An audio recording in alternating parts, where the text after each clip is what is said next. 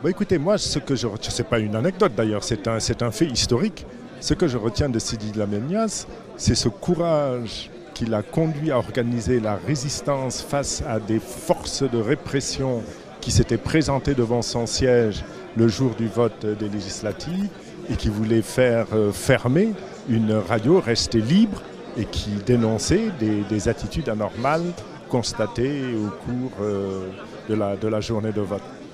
Et j'ai utilisé d'ailleurs une allégorie, une image, quand j'ai eu à intervenir au nom des invités lors de la cérémonie qui avait été organisée pour le lancement de son ouvrage Un étranger parmi les siens.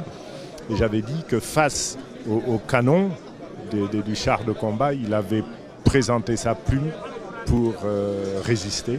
Il avait fait des choix difficiles, mais il avait fait des choix qui lui font mériter aujourd'hui le respect de toute une nation et évidemment de toute une confrérie. Voilà que nous l'avons perdu à quelques mois de la présidentielle. Est-ce que cela crée un vide du côté de l'opposition?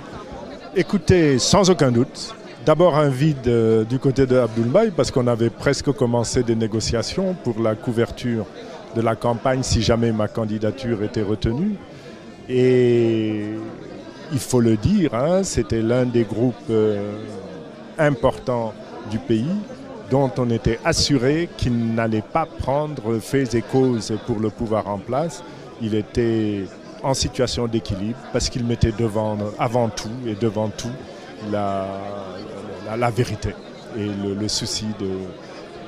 Merci beaucoup, merci.